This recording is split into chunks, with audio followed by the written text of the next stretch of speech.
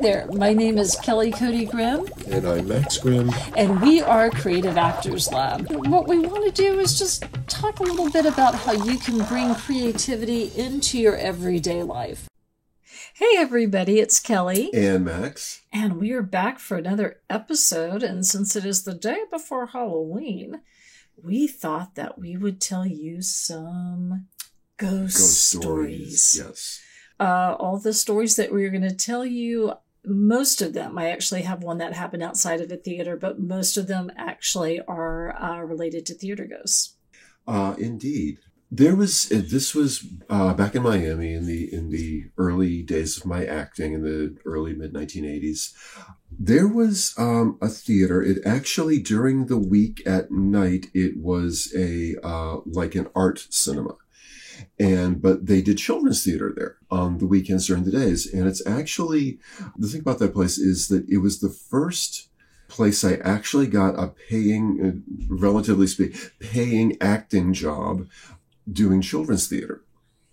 And I learned so much. And it was a very, very old building. It was in the Coral Gables section of Miami, and it was it was called the Cinematheque. I didn't know if you were going to say the name. Is it still there? Do you know? I have no idea, but it was this building that had been around for a very, very long time, and they at one point they were doing Shakespeare in there before the cinema part of it came to be.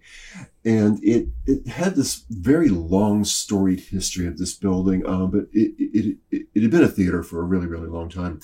And then before that, it's kind of sketchy as to what actually happened there. But at one point, it was told when they moved in, it looked as if it had been some kind of like an illegal bet making place, because when they moved in, there was apparently a old-fashioned like telephone jacks going all around the place, and just tables and chairs, and people were just pretty much in there, taking illegal bets over phones.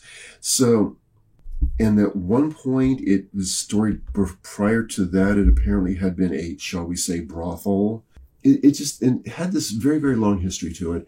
And pretty much some of the people that were part of the children's theater had been in this building for a really long time. And they were talk about how the place was haunted.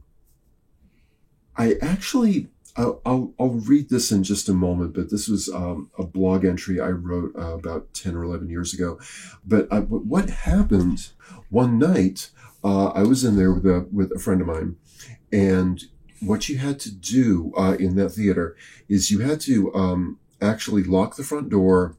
And there was this lobby, and then like the office was just off of the lobby. We were in the office. I remember we were actually eating ice cream. That was the most hardcore thing we did that night. And it came time to leave, and it was just she and I.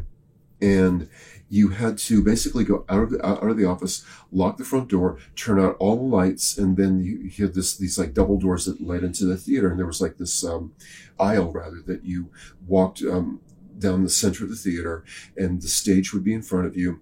And then, bearing in mind this is all really dark, and then you had to just go down the aisle, go to the front of the stage, you'd make a right turn or a left turn, and then there were two doors on either side of the stage, and they would lead you down these hallways to the men's and the women's rooms. And then in back of the stage was the dressing room area with the mirrors and the costume racks and all that stuff. And then there was a back door in the middle of the place, and you had to sort of make your way through all this darkness, and then get out, and then find your way through the backstage, and then get out the back door. So we're in there, and we go through this process, and we go through the double door, going into the theater, walking down the aisle, and all of a sudden I hear my friend go, "Ah!" And I looked up, and I swear to you, there was standing at the front of the stage, just down in the audience, but at the front of the stage, a woman who she had sort of like shoulder length, like kind of auburn hair, and she was translucent, And Wow. there was a sort of like a blue and green mist emanating from behind her. For whatever reason, when I saw this, my friend was just frozen. She's just, gasping and all that. For whatever reason, when I get in some situations, I become very, rather than being scared, I just started to feel really sad for this being. And it was just, and I just remember saying, we mean you no harm. Everything's okay. We're not going to hurt you. And we walked, and I'm just speaking this very calm sort of ASMR type of timbre to my voice. Which I can totally picture you doing. And it's just like, it's okay. Everything's going to be fine. And we got through the darkness, and this being just kind of just like looked at us, and we looked at it and regarded one another. And I said, it's cool. We got around the side of the stage, got down the one of the hallways, went past the restrooms, through the dressing area, and out through the back door into the alley. And then as soon as I closed the door, I went, oh my God. And my friend was like, dude, that was it. And so we came in, I guess the next day, going to rehearsal, and the two gentlemen, who were the most involved with the Children's Theater, they had been in this building for, literally 10, 15 years, said, okay, here's what happened last night. And we described the woman and what she looked like. And they just said, that was her. You saw her. That was the ghost, and it's kind of like, she would only reveal herself to people that she feels comfortable with. So, I would, and there were several other ghosts in there, but that was the one that really stuck with me, because I just, to this day, this was, I guess we're talking getting close to 40 years ago, when this happened, and I can still picture it like it was 5 minutes ago. I wanted to read something. This is a blog entry. I wrote this about 10 years ago. And we'll include the links, and then I also have a blog about my experience, so we'll include those links. This was a blog I wrote back in 2012. It was called A River Between Chaos and Zen. And this particular entry was called Between Here and Ever After. Everyone speculated that the theater was the only place the dear lady ever knew happiness. She could portray heroines and damsels whose lives were far removed from her tortured own, speaking verses crafted by poets and wearing fine garments from charmed wardrobes.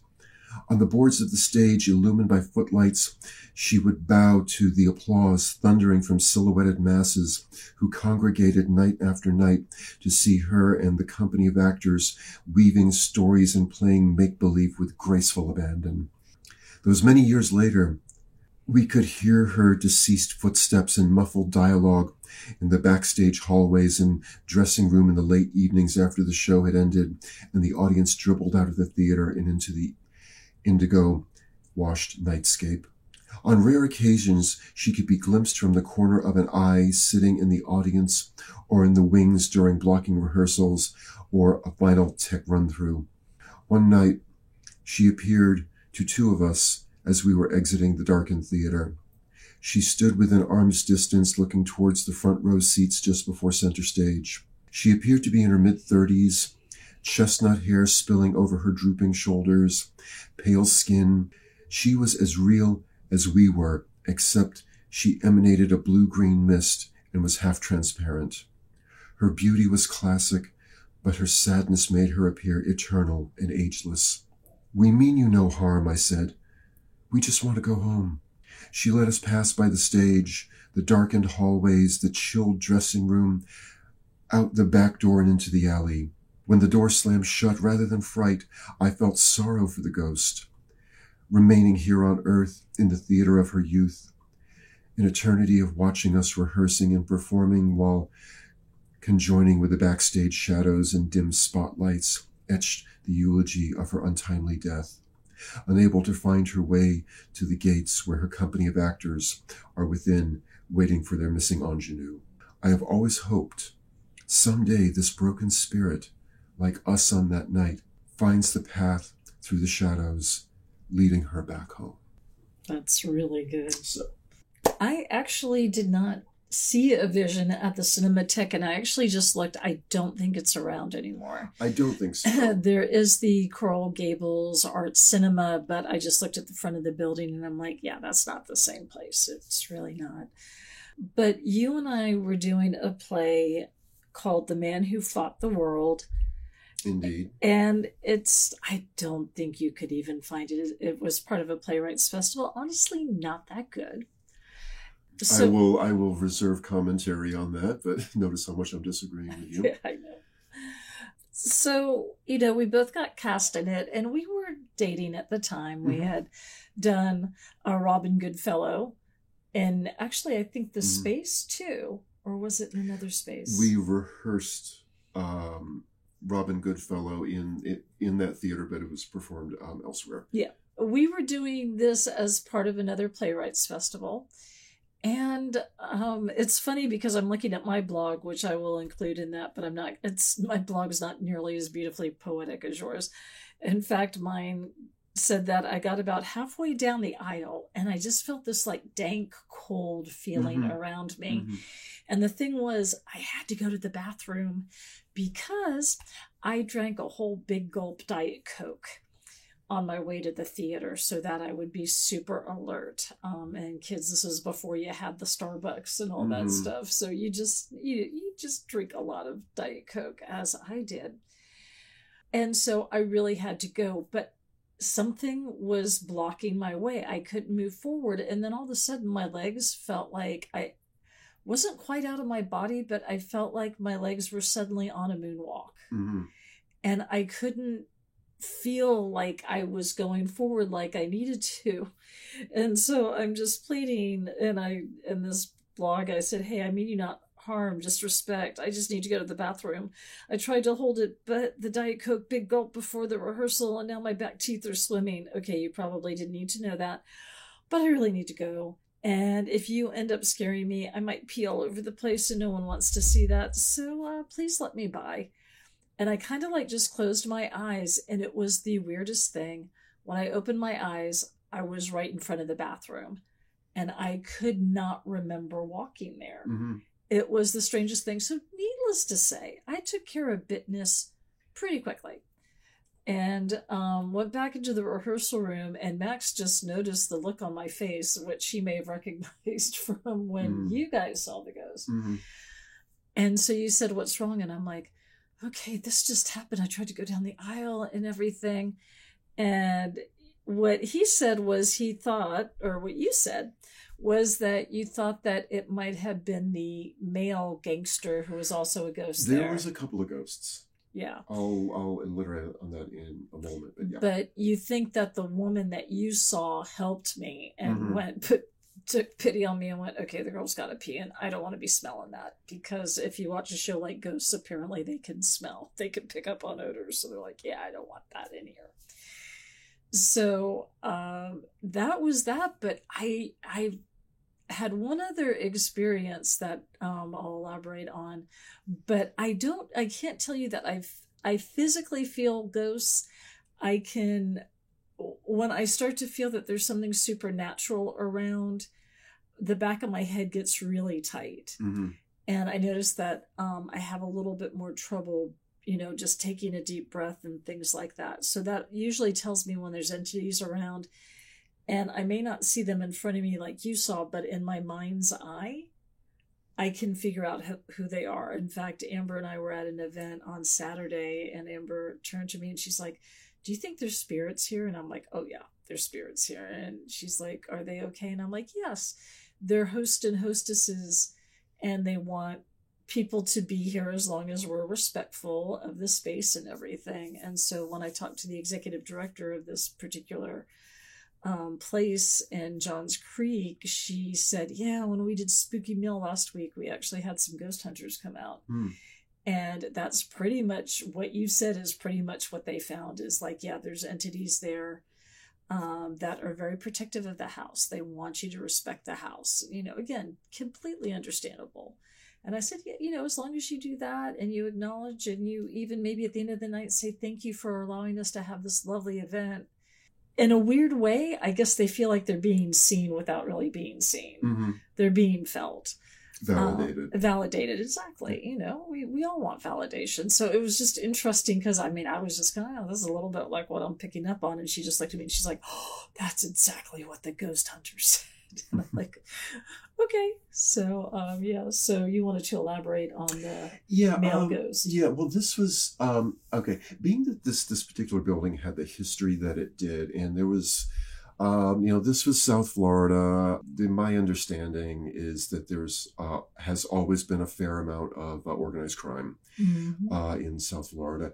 And I'll say I spent a good deal of time in that particular theater for the period of a few years, just cutting my teeth on, doing plays and doing children's theater and stuff like that. It was the first place outside of school that I ever got into a production and actually got paid not very much, but regardless, I was getting, a little bit of money for acting on stage, which I still think is so cool.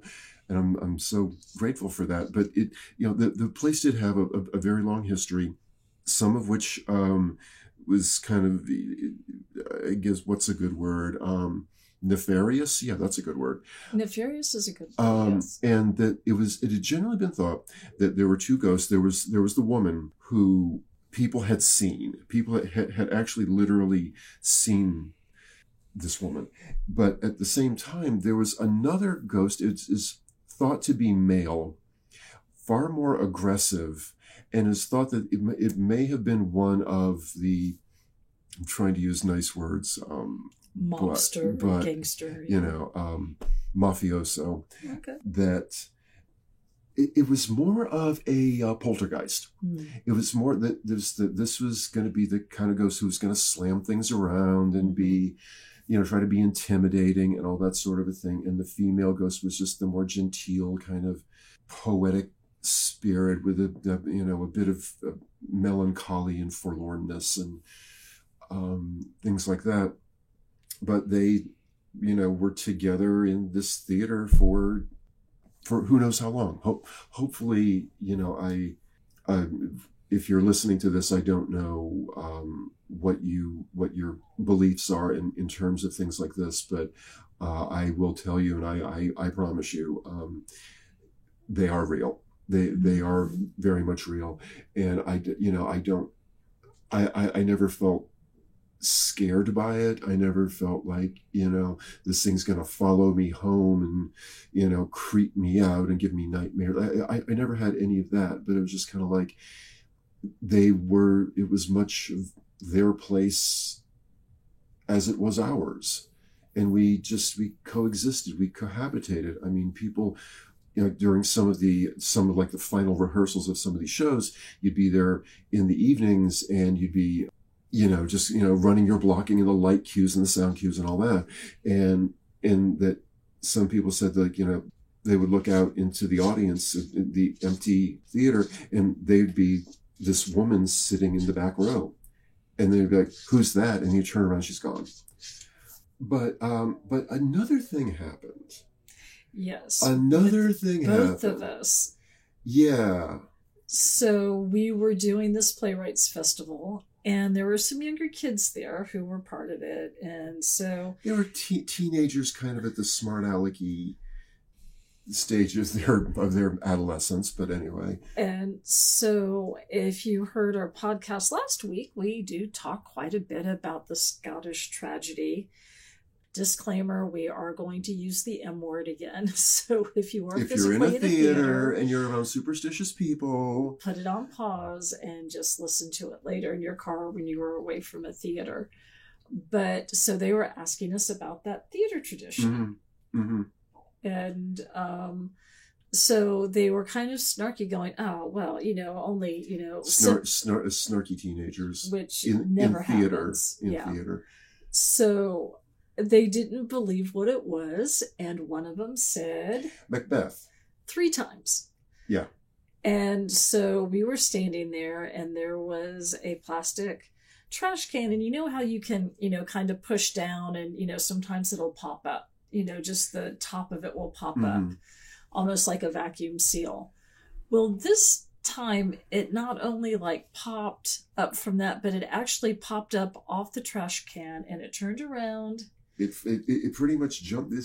This basically, this kid is sitting there being wise ass, and we're telling him all this, and he's like, I don't believe it. Back.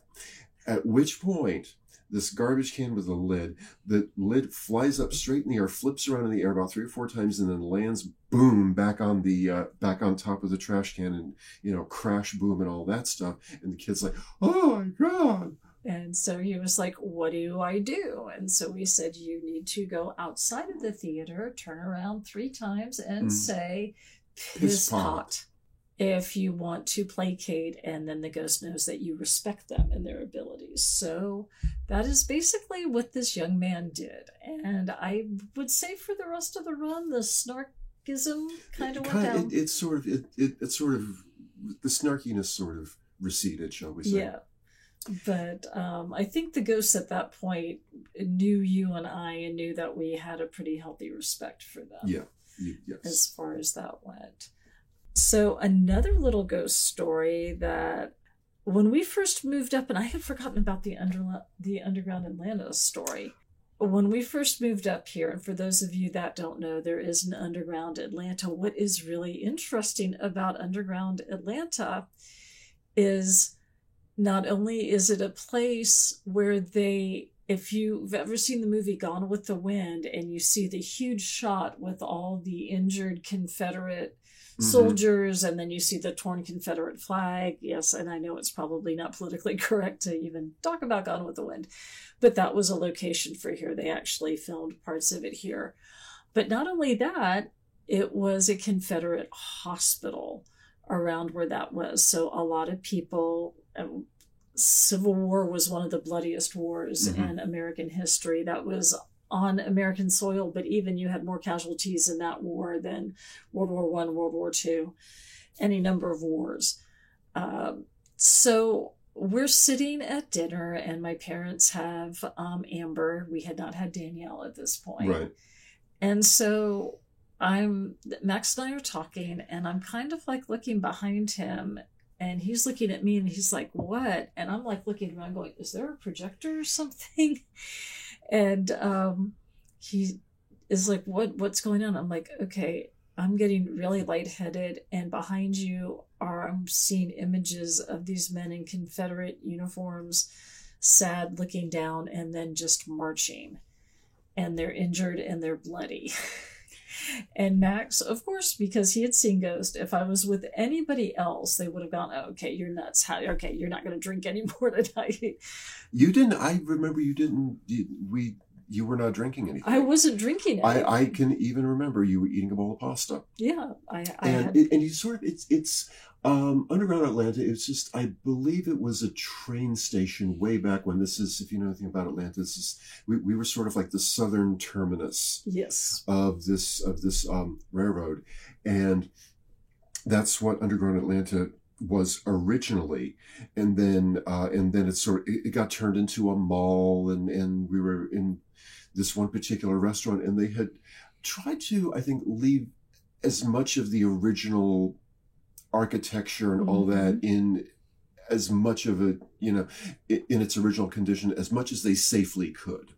And I remember we're sitting in this restaurant and sort of had these sort of like arched, sort of like French door type of things. And we were sitting at a table just inside, and all of these French doors were sort of open, looking out onto the mall itself. And it was a very dark place. It was, to say it had a vibe, let's just say it had a vibe. Yeah. And even on the outside of Underground, I don't like being around there if I can. Yeah, it's if you all Sorry, are not Underground Atlanta. It's, if you're not familiar with Atlanta, it's sort of towards the southern end of downtown, And they are trying to rebuild they it they and actually change some have things around. they So it might be actually better. are it did close down for a while. Now it's kind of being repurposed. It's being made into like an arts complex and that type of thing, which I think is a wonderful thing, and I'm certainly all for it. But it's got a lot of history, and some of it is not particularly happy. Yeah. And there was a lot of there was a lot of Civil War casualties that went through there, and civil rights marches. That's 100 years later. Yeah. That's the other thing as well. Is you're also in a particular part of Atlanta that was very much a real hub, real hotspot of the civil rights movement, and Martin Luther King and. So there's a lot of that grand history, but that history may not be meshing with the old history, and sometimes you feel the competing energies there. I've not been there in several years, but I do actually plan to visit Underground Atlanta again at some point very soon, because they actually have opened like a big arts complex, a big gallery that I'm very curious to see, and I certainly. With all the artists and the developers who are trying to, bring the place back, I certainly wish them all the luck and good, good fortune in the world. I would venture to say if you go there and you have sensitivities in this way, you might get tapped on the shoulder and then turn around and go, "Who's that?" And nobody's there. There's one entity that likes to hang around the bathrooms. The last time I was there, I'm just like, oh, hey, I'm going over here because, yeah. But I do remember very specifically. We were sitting at this restaurant, just you and I. I remember we were both having pasta. I remember that specifically, and all of a sudden you're just looking down in your bowl of pasta, and I'm like, "What's up?" And so you start telling me all, and I looked out there and I went, "Okay, I'm not seeing it, but I can feel it, and they're really drawing your attention." For whatever reason, they wanted me to know that they were there, and they, of course, were sad, because dying before your time for a cause that was pretty much lost from the beginning. And, there's a lot of different histories. If you go to like Kennesaw Mountain, you'll pick up some energy there. I think it's a very interesting thing that it's said, particularly by people who've been in acting, particularly stage people like myself, for them to say, all good theaters have ghosts. Getting back to Civil War, it was actually Andersonville. I was like, it's a ville. Yeah, Andersonville was actually, that is supposedly extremely haunted, and that was a Civil War prison site. That was basically, what's interesting, sadly, about that prison site is if you were to take the pictures of the prisoners that were the Northern prisoners in the Civil War, and then you compared them to the prisoners that were in concentration camps like Auschwitz, you would not necessarily be able to tell the two time periods apart, because they were just as emaciated. So there's a lot of energy around there, but that's just, kind of getting back to like that story about, what we saw at Underground Atlanta. But I do agree that, theaters are just full of hauntings. And I gotta wonder, do you think it's because sometimes people in theater, they didn't get to achieve what they wanted to and they stayed there? Or I'm sure there's so many different answers to that, and it depends what the situation of the particular person was when they were still alive. Why would they stick around in a theater? The theater never leaves you. It's kind of like it's called being bitten by the acting bug. It never goes away, really. It's just I mean, I can really only speak for myself, but just as I've observed in so many other people, it's like they get into acting, they start playing these different roles and these different characters who are maybe and probably will be very, very different from the actor in the way they think and the way they believe and the way they behave and their approach to life and their philosophies and their perceptions of the world. And what happens if you really do this and your heart is really into it, what happens is that you gain a sense of empathy for your fellow human beings that you wouldn't necessarily have were you not an actor. It really falls into the, you really literally have to walk a mile in someone else's shoes. And if you're an actor and your heart is in the right place, that you really can't help but to acquire some of that empathy. And it's where I just, for myself, it's where, I grew so much. I changed so much. I went from, young person. I was very, very shy. I was very soft-spoken. And for whatever reason, I just felt pulled towards acting in the theater for so long. And when I finally did it, I changed, I grew, I blossomed so much. Sometimes it was quite a bit painful, but I don't regret ever getting into theater. Have I been in some productions that were lousy and I wish I had not been involved in those productions? Yes, of course I do. However, the overall thing for me was like, I learned empathy. I learned to, understand other people. I learned how to take what I have as a human being and lend that to the character. And I just grew. I expanded. My emotional intelligence just blossomed. My consideration of other people and their viewpoints in the world, how I just became more tolerant of things like that, because I had to, for the next couple of months, you're going to be playing make-believe as this other character who is nothing like me, but you come to understand people. You come to have empathy and understanding for your fellow human beings when you become an actor. And I think that is, for sometimes with these apparitions, they go back to that place where they learn so much, where they grew so much, where they had some of these glorious memories, where they had some very painful memories that they somehow or another figured out how to deal with that. Or maybe they haven't figured out how to deal with that, so they have to stay in the theater until they comprehend whatever lessons they were supposed to learn in this life. Yeah.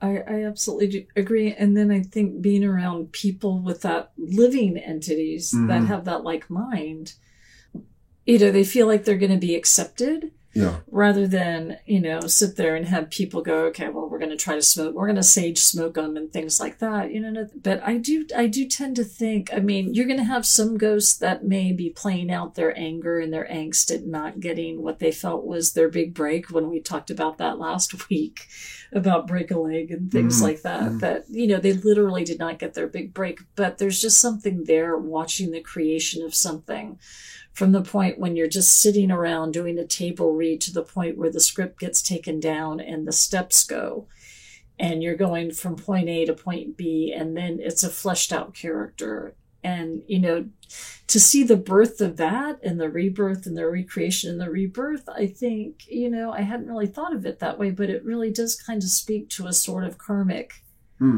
reinvention constantly. So, you are as an actor, you get reincarnated basically in these different characters that you do. And that could mean, I just thought of that. And I'm like, that could be part of the attraction. Because when theater works, there is magical. A camaraderie. Yes. There's, and it is one of the coolest things. I could just say one of the things that really pulled me into directing specifically is that when you're working with people and you say something and the actor says something, and then, there's just this moment where you see the light bulb go off, over the head, and they have these realizations and epiphanies and all that. And to see that, to experience that, it's one thing to experience it on your own, but when you experience it in a group setting, it's so, I don't even know that I have a word good enough to adequately describe that collective creative process. It's just, when it works, it's so beautiful. And if you're going to spend eternity in a location, do it in a place like that with those kind of people. Especially when you've had a really good show. I don't think having a good theater show where you have gotten so much, whether you're doing improv, the bulk of my theatrical work honestly has been in improvisation. But when you have that really good show and you're on all cylinders and the audience is responding and you're getting what you need from them, really there is like no better feeling. I don't think you could take a drug that would make you feel better than when you've gotten off a stage and you just feel so good. There's just this lightheadedness, but it's in such a good way. And I just feel like I connected with all these souls who are out in the audience watching me, and they got it. And it's not from an egotistical thing like, oh, they think I'm amazing, but it's like we all had this group experience together, and I helped facilitate that. Yeah. And that's what's really, really cool. So, I think to your point, yeah. So who wouldn't want to stick around that? If you're not able to move on to the next thing and you're staying there, who wouldn't want to experience that? Yeah. Now, one thing when I was looking at my blog, and we actually have photos, so I will send you this, and this did not happen in a theater, and maybe there was a theater there, but there's this park in Tallahassee called Dorothy Ovum Park. And this was back around 2010, 2011, when the kids were really little babies. And so we go and look at Christmas lights, and my mom was still around at that point. And my mother, if you have ever met her, we used to call her Grandma Kodak, because she loved taking pictures, and she would give us pictures, and I don't know what she would do with digital, because she loved going to Costco and getting her film developed. And then being able to show people, so I don't know that she would know what to do with like a wall in Facebook or, Instagram. I guess she would put stuff up there. But anyway, so we went to Dorothy Ovum Park, and my mom turned around, and there was this really pretty like house, and on the border of it had all these white lights and everything. So she turned around, she took a picture of it. When she got it developed, we all looked at it, and I actually took a picture of a picture, because at that point you were still able to do that with cell phones. But it looks like an entity that is in like a hat, kind of like a tri-corner hat. A tri-corner hat, yes. And it looks like maybe from the Revolutionary War. Florida was part of the, I don't think they were part of the original. I should know this. But Florida was not part at that point of the original 13 colonies. No, they were not. Yeah, Georgia was. But, there was a lot of stuff people were kind of traipsing into there. So it's interesting that was and you can kind of see an ear. And again, I will send out a link so you can look at this blog and you can kind of look at the photos themselves. So we were just kind of like, showed it, sent it to some ghost hunters because, again, this was kind of at the point that you had ghost adventures. So I asked and emailed the image to them, and they're like, was this digital or was this on film? And I'm like, this was, 35 millimeter film that you would get developed. And they're like, it's inconclusive, but that's really interesting. Was it foggy or smoking? Which of course you always want to debunk beforehand. And they're like, no. And they're like, okay, fine. So next year we're there, and my mom wanted to get a picture of the kids on a swing. And so they're sitting there, and there's my beautiful little Amber and my rambunctious Danielle, and they're sitting on the swing. Take a picture, did not notice anything unusual. When we get it developed, there are 4 very light entities hanging around, one of them being the guy in the tri-corner hat who's kind of looking off to the side. So I'm like going, well, fork, which is not the F word I wanted to use, but I'm like, why is this happening? Why are they around my children? Are they okay? And so I sent that picture with the other one to another medium. And her thing is they're very light. So I think they're very light, positive entities. My sister Kathy thought that maybe the tri-corner hat man might have been my dad because he was a real Revolutionary War buff. And I'm like, I don't know that he didn't go there that often, but who knows? Who's to say not? But I just thought that was really interesting. So again, I'll include the link there, but that was just, didn't feel it, didn't see it. There was just so many people around, and it was the holidays, but I just think it's really interesting that they made their presence known on film that my mom took. And again, none of us were looking for that, but that's what showed up. There's so much that we don't know. And the more that you say that you absolutely do know, I always am a little suspicious of somebody that goes, I can say this with no fear of contradiction. And it's like, well, you're about to get contradicted because, Hamlet. There are more things in heaven and earth, Horatio, than are dreamt of in your philosophy. Yeah. And then, of course, when we were talking about Shakespeare, he used a lot of ghosts. You had the ghosts of Hamlet's father. Yes. Who came in and, talked to Hamlet, mock me, I will. And then he tells him what's going on there. So ghosts have been around. There's references to ghosts in the Bible. So it's a phenomenon that human beings have been seeing probably since human beings could figure out what was going on and what it all meant. And if you see one, just show respect. If you're not sure, oddly enough, it's kind of like, when they say, if you happen to see one kind of animal and you might be afraid, well, they may be more afraid of you.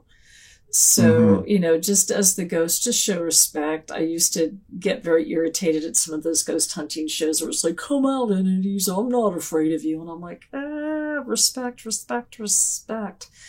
Just like the entities at that event that we were at the other night. They wanted to open up their home. They were good hosts. Please enjoy. Do not do anything that would hurt what is here, because then we will have a problem with you.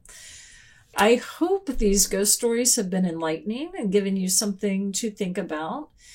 There's just interesting energy all around us, and just put out that positive energy because the world just needs that. And you'd be surprised how many other energy sources will be attracted to you when you stay positive and not negative. And that includes maybe ghosts and other entities who might be there to help you and see you through. Just as far as theater ghosts, there are any number of theater mythologies that if you happen to see a certain ghost, you will find success if that particular ghost decides to bless you with an image in front. And I think there's a few theaters in England where that's the case, because some of those theaters have been around for, centuries. Just roll with it. Don't be afraid. It's all okay. And just be respectful and say thank you. There you go. There you go. All right, guys. Well, until next time, and we may have a friend joining us to talk a little bit more about their experiences with ghosts. And, it's not a one-off topic, I think. People are really fascinated by that. And again, have been since before Shakespeare's time. I think Sophocles, we talk ancient Greece, there were probably ghosts in those plays as well. Thank you guys so much for listening. If you find any of this helpful, please feel free to share this with anyone that you think any of this content will help with. But we appreciate you guys so much, and thank you. All right. Until next time. Bye-bye. Be well, my friends. We appreciate you guys tuning in, and keep in mind that you can catch us on our social media, Creative Actors Lab on Instagram and Facebook, and by the same name on YouTube. And for more on what we do, you can go to our website, creativeactorslab.com, all one word. Thank you for listening.